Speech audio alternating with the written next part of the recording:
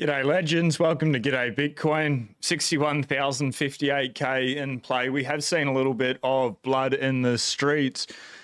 I did not add this to the stream, just give me 2 secs and I will bring this up right here. We'll come back to this, but let's just look at the numbers real quick. Block height 935,182. Exchange rate 62,111. Sats per dollar. This has gone up. This is nice, beautiful, grand, and glorious. 1,605. It's amazing. It's incredible. Hopefully nobody's getting shaken out on this, but you know, Bitcoin's down. Everything is. Bitcoin's down, gold's down, silver is down. Silver just dumped $13.30, totally normal. Australian Financial Review jumping in here, just a couple of things. Bitcoin briefly tumbled below 63,000, now at 62. As negative momentum deepened across crypto, driven by vanishing marginal demand. And this week's volatility in tech equities, along with precious metals, token was 12.4% lower. The dollar figures are getting bigger, but the volatility has actually come down a lot. Incredible, really. And people are getting shaken out. I understand. Gold, silver, Bitcoin. Gold's down 3.87%. Silver 18.72. I don't think that's right. Drops another, 2.45%. And then we come over to Bitcoin. Now, what I was looking at on the price chart here with Bitcoin was, it's something that I learned real early when I got into Bitcoin, is you want to buy Bitcoin and you want to hold it for at least 4 years. Over any 4-year period, it's done nothing less than a double. Until now, really. It's still up on the 4 years, but not by much, and we could come back down, especially if we do see that 58k. You know, fingers crossed the meme is real. I think we'll see it one more time. I hope we see it one more time, and I'll show you why in a sec if I can find my account. Go back up to the top and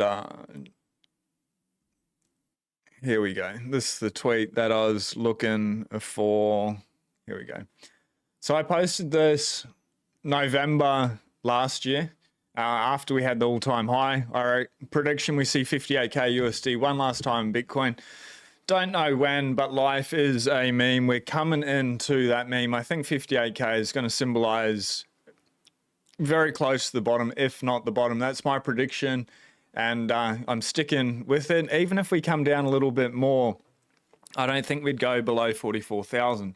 It's my opinion, take with a grain of salt. And if we go lower, even better. We get more satoshis. That's the mindset that I have. But going back to what I was saying, over any 4-year period, in the past it had done nothing less than a double. No longer the case. 4 years ago, if you were to rewind the clock all the way back to 2022, Bitcoin on this day, the 6th of February, 2022, was about $44,000. I can bring it up here on the chart. That's, I think it's about here. Roughly about there. So it's fallen a little bit, and then it fell for pretty much the rest of the year. I don't think that's going to be the case this time, but if it is, then the 4-year cycles still hold. We, you know, topped in October 2025 and September, October 2025. Judging by the old cycles, was roughly about that time for the top. About a year before, I said we'd hit 120 to 150,000 US, 127,000. So like pretty close. And then that prediction 58k afterwards. And whether we get that, we get 44,000, it really doesn't matter. Like all that, the fiat number is just noise. This is 62,000. One Bitcoin is one Bitcoin. But I have had a couple of calls this week with people that are concerned, that are worried about it, and they went in at higher prices, over 100,000, 110. You know, I was still buying at 127,000. I'm still buying now. You know, I just buy every 2 weeks, every 2 weeks in. You can't really say week in, week out. It doesn't work, unfortunately. But anyway, you get the point. with that. And I think that's the easiest way to be able to do it. But anyway, coming back to the 4-year cycles, people went in, bought at the top, and it's come down and they're worried. And I just asked, like, did you manage to hit your Bitcoin goal, whatever that goal was? No, but it would have been easier if the price went up with the wife and the conversation stuff. I said, I get it. I totally understand.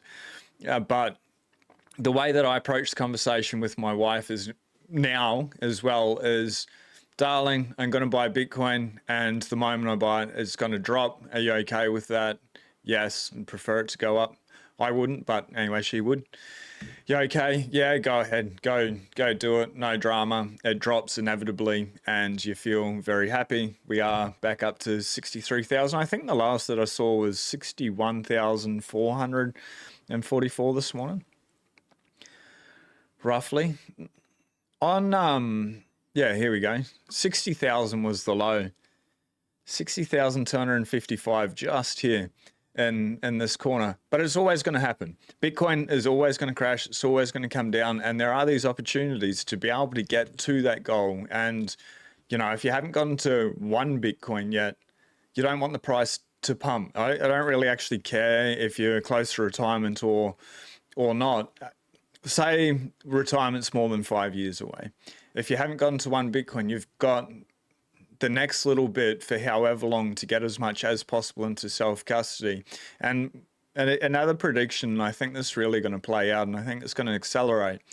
But I truly believe whatever Bitcoin that you can get over the next 12 to 36 months, so the next year to 3 years, if you're stacking and you're doing a good job about it, say DCA week in, week out, or fortnight in, fortnight out, or monthly, whatever it is, on a consistent basis, whatever Bitcoin you accumulate over these next, say, 3 years at the max, I believe that's the most Bitcoin that you'll ever have for the rest of your life, for the remainder of our lives with that. And the reason why I say that is at the moment we can still exchange fiat for Bitcoin and that buy it on the exchange, then move into self-custody and take control of it. I think in Australia, at least, they're going to try stop that self-custody. The banks will still allow you to buy it. You'll be exposed, number go up, ETFs and everything will be fine. I reckon they're going to lock down on that self-custody side of things. So whether that happens or not, there's no downside to getting Bitcoin into self-custody. It's secure. Worst comes to pass, everything goes as normal. They'll always allow you to sell it back to the exchange or to the banks because they'll want that capital gains tax. It's not an issue. The issue is just having the Bitcoin on the exchange and not being able to get into self-custody. If you want to be able to buy something or whatever, they can block it.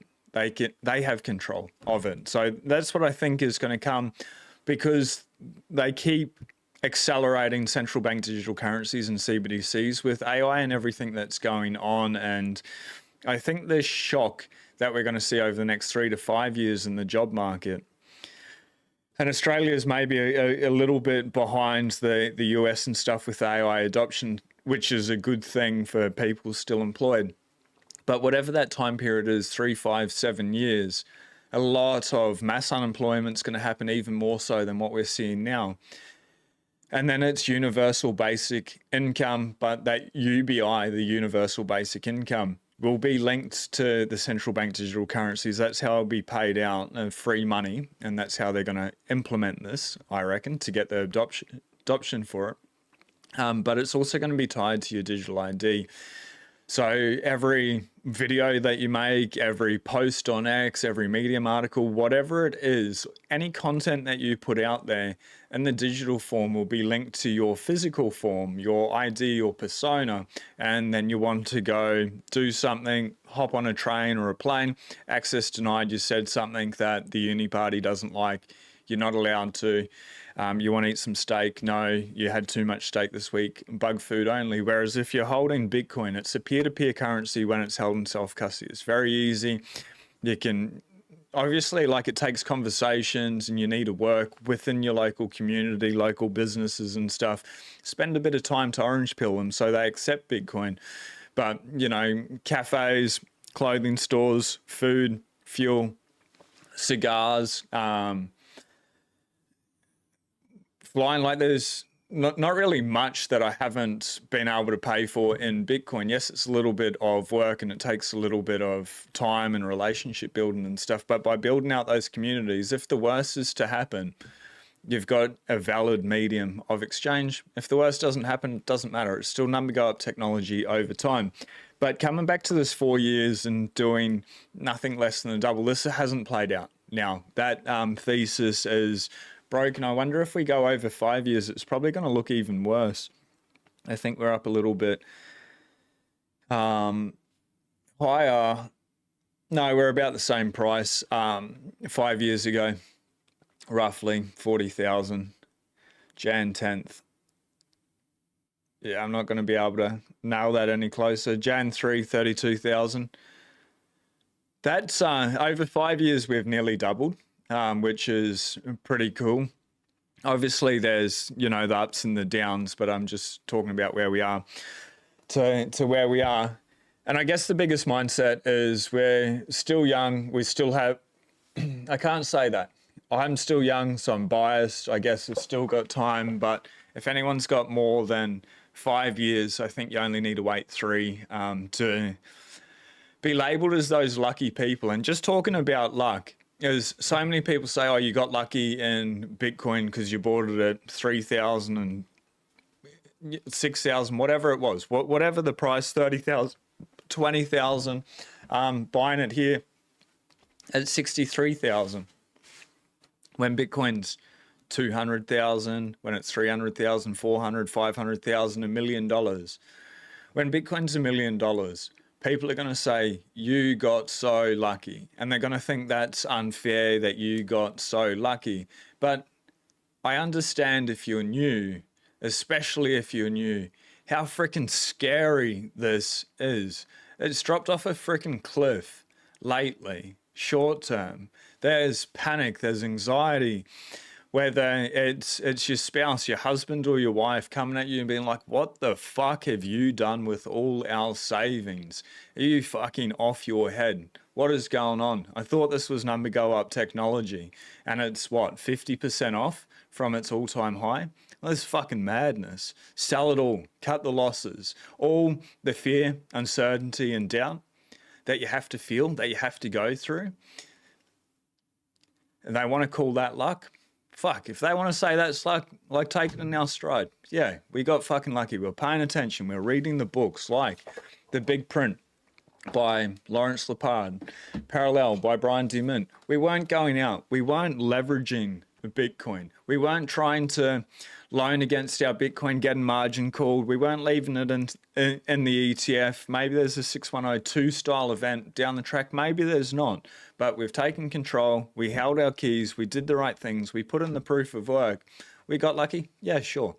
That's cool. Like imagine stomaching this over whatever period of time. If you've been here since last year, the dips, if you came here October last year, it's pretty much been nothing but down. But if you've been here for a cycle or 2 cycles, whatever it is, and Bitcoin's just going like this, there's no luck involved. It's just focus, determination, stacking sats, happy days, and then learning how to secure it, taking self-custody.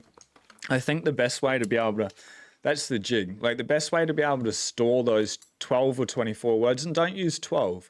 It's safe, but use 24. You've got that option and you can write all 24 words on a 1-inch washer. That one's steel, stainless steel, but they have titanium washers as well. They give you a freaking magnifying glass. I've put a link in the top of the description along with a, that's the titanium one, a discount code there. It's freaking amazing. Like, the reason why I find that so amazing is this what I used to use, and I've got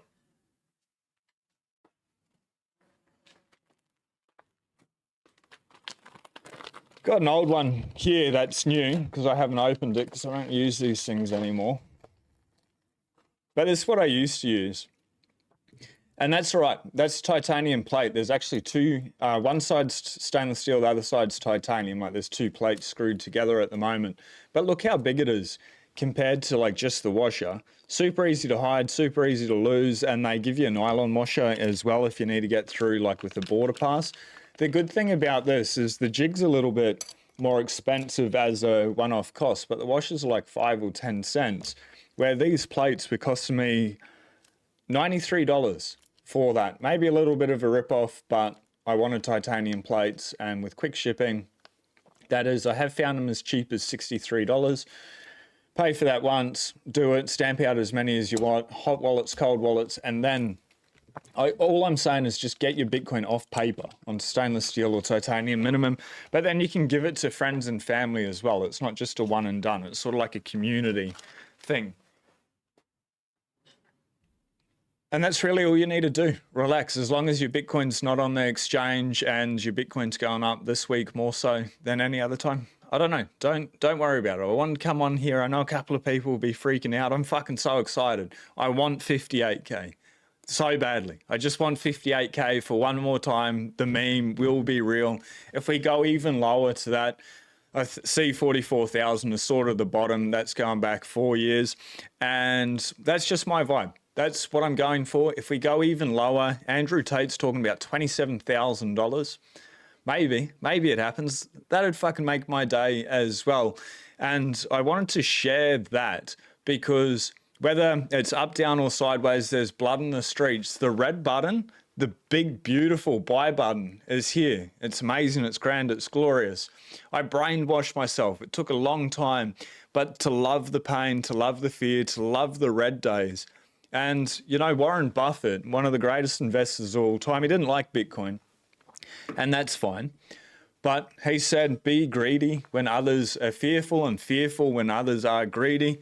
People are fearful at the moment. Like, they're really freaking fearful. So we can be greedy AF. Let's do that. That fear. I want to bring up the Bitcoin fear and greed index. Fear and greed. Let's go. Let's see this. It's going to be so bad. It's going to be so terrible. Poor people. It's, oh my God. Wow. Five. Holy moly. That's down there. Oh man. Wow. Look at this. When's this going back to? 2023. It's the most amount of fear in the market since 2023, which is crazy considering about it. Was it? Come on, where was the price when we went back to 16.4? Was that 2022? Oh, we can't go back further. But anyway, wow, the most amount of fear in the market. That's amazing. That's the happiest I've been in the market for a long time. And I guess there's something in there. The longer you're here and the more up and down volatility, you get excited. You enjoy the cheap sats. You just do nothing. You know, I've got a podcast coming out on Monday with James Checkmate from Check on Chain, like the best analyst in the space. And I just DCA every 2 weeks, been doing that for 5.5, like nearly 6 years. And when I have extra fiat, I buy more. Up, down, or sideways, I don't care about the price. Under $250,000 for me in my lifetime, I think that's cheap. It's a bargain. It's a deal. At $250,000, maybe I'll slow down the DCA. Maybe I'll stop. Maybe I'll go live my life. Maybe I'll start I already spend and replace Bitcoin. Maybe I'll just spend it. Who knows? That's for then. That's conversation for then. And I think that's a little while away. It's not happening this year as much as everyone would tend to believe, especially the people feeling mass fear. But whatever that price, it's cheap at the moment. It's good. The cheaper it is under 250,000, the better it is. The more excited, the less fear. Whatever goal it is that you think is too expensive to be able to buy it, for me, you know, 250,000 is it. I've already chosen that like a couple of years ago, but happens to be twice this. Recent all-time high of 127,000, 125 times 2, you know, rounded down a little bit, is 250,000 US.